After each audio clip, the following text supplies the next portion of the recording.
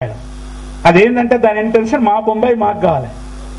దాని మీద పెట్టి ఒకే పత్రిక తీసినట్టు ఒకే పేజ్, మన బొంబాయి మనకే, ఇంకేముండదు. వాడు ఇప్పి చూస్తే పేపర్లో ఒకటే ఉంటది.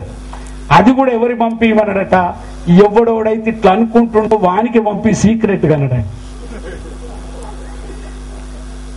2 నెలలు అయిన తర్వాత ఒక పేపర్ పోయింది కదా, మరి ఒక పేపర్ అయిపోయిందిరా, ఇప్పుడు ఏం చేయాలంటే రెండోసారి ఏమన్నాడట, చదువు గిల్లు అన్నాడట.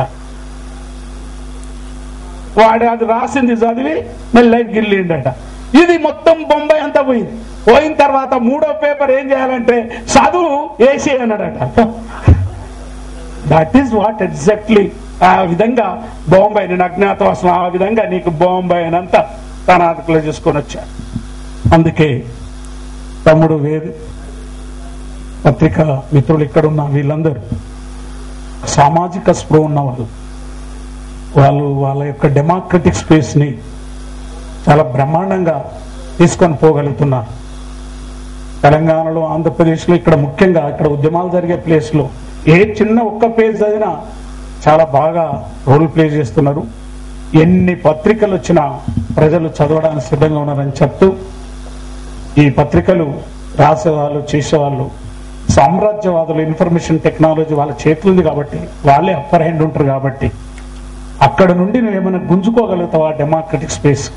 ఇలాంటి పత్రిక ముందుకు వెళ్ళాలని, వేద్ కుమార్ ఎడిటర్ కాబట్టి దాని రోజు రోజుకు దీనిని అభివృద్ధి చేయాలని చెప్తూ, దక్కన్ ఇది ఒక పత్రిక ఎప్పుడు ఒక ప్రాంతానికో ఒక స్థలానికో తీసినా ఆ ఇష్యూ మాత్రం అది యూనివర్సాలిటీ ఉంటుందంటూ, గుట్టలని తెలంగాణదే పోతలేవు కదా, గుట్టలు అంతటా పోయినాయి గుట్టలు.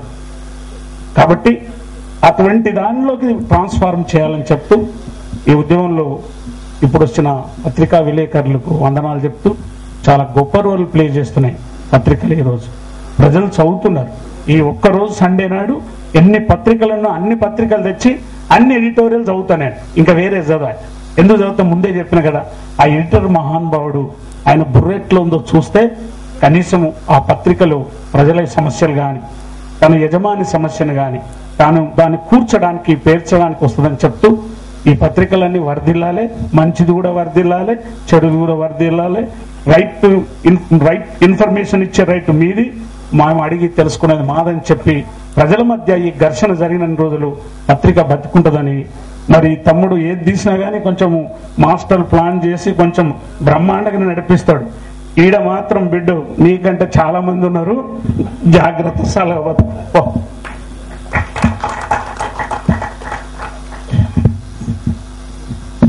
విధంగా 2012 తెలంగాణ డైరీ మొదటి పాట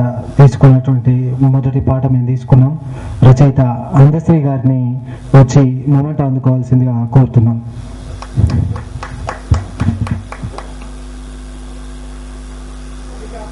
అందశ్రీ.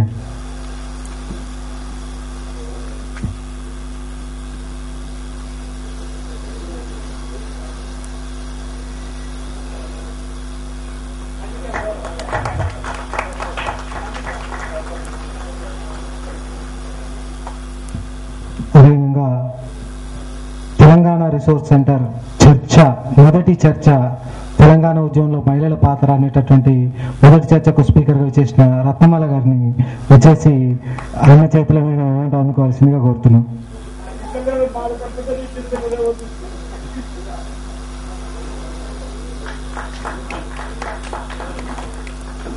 అదేవిధంగా తెలంగాణ రిసోర్స్ సెంటర్ నిర్వహిస్తున్న ప్రతి చర్చను యూసీటీవీ ద్వారా లైవ్ అందిస్తున్నటువంటి పిటర్ శ్రీశైలం గారిని వచ్చి మొమెంటో అందుకోవాల్సిందిగా కోరుతున్నాం.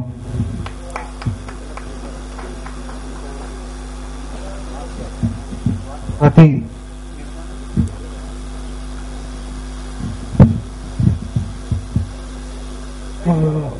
బ్రాడ్కాస్టింగ్ అందించడంతో పాటు చర్చలతోనూ తెలంగాణ రిసోర్స్ సెంటర్ అన్ని కార్యక్రమాల్లో కూడా అసోసియేట్ ఉన్నటువంటి శ్రీశైలం గారికి అన్న ఓకే.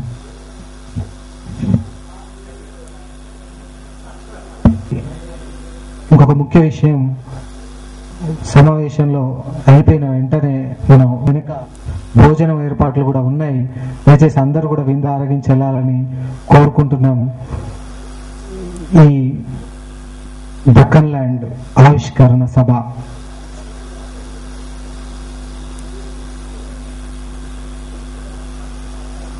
మెమోంటో ఇప్పటి వరకు అందరికి అందించిన గద్దరన్నకు మెమోంటో అంచవలసిందా మా చైర్మన్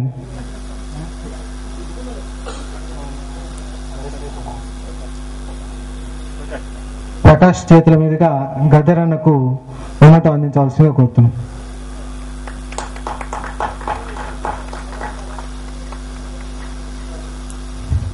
కర్ణా సభకు విచ్చేసిన భక్తులకు అందరికీ దక్కన్ ల్యాండ్ భవిష్యత్తులో ఎటువంటి రూపం తీసుకోవాలి, ఎటువైపుగా వెళ్ళాలి అనేటటువంటి సూచనలు సలహాలు ఇచ్చినటువంటి అందరికీ, ఈ పత్రిక అందంగా తీర్చిదిద్దడానికి కృషి చేసినటువంటి వాళ్ళందరికీ, రాత్రింబగళ్ళు దాన్ని కష్టపడినటువంటి అసోసియేట్ ఎడిటర్ వంశీమోహన్ గారికి మొదటగా నేను కృతజ్ఞతలు చెప్తూ అందరికీ ఓట్ ఆఫ్ థ్యాంక్స్ చెప్పవలసిందిగా అసోసియేట్ ఎడిటర్ వంశీమోహన్ గారిని కోరుతున్నాం.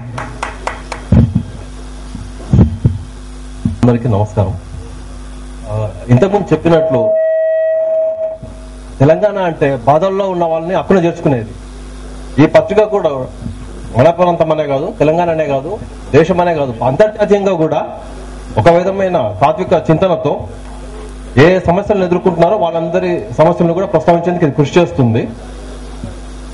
తర్వాత భిన్న అభిప్రాయాలను ప్రచురించడం ద్వారా సమాజంలో ఒక ఆలోచనను రేకెత్తించేందుకు ఇది కృషి చేస్తుంది. వీలైనంత వరకు ఒక పరిష్కార మార్గాన్ని కనుగొనేందుకు, ఆ దిశలో చర్చ జరిగేందుకు ఇది ప్రయత్నిస్తుంది. ఇక్కడ వేదికపై ఉన్నవారు రకరకాలుగా మాకు ప్రోత్సాహాన్ని అందించారు. అల్లం నారాయణ గారు కానీ, లేకుంటే శ్రీనివాసులు గారు కానీ, మీరంతా కూడా వీరి నుంచి పొందిన స్ఫూర్తి నాకెంతో ఇప్పుడు పనికొస్తున్నది. ఈ కార్యక్రమాన్ని కవర్ చేసేందుకు వచ్చిన మీడియా ప్రతినిధులందరికీ కూడా మా కృతజ్ఞతలు. Thank you.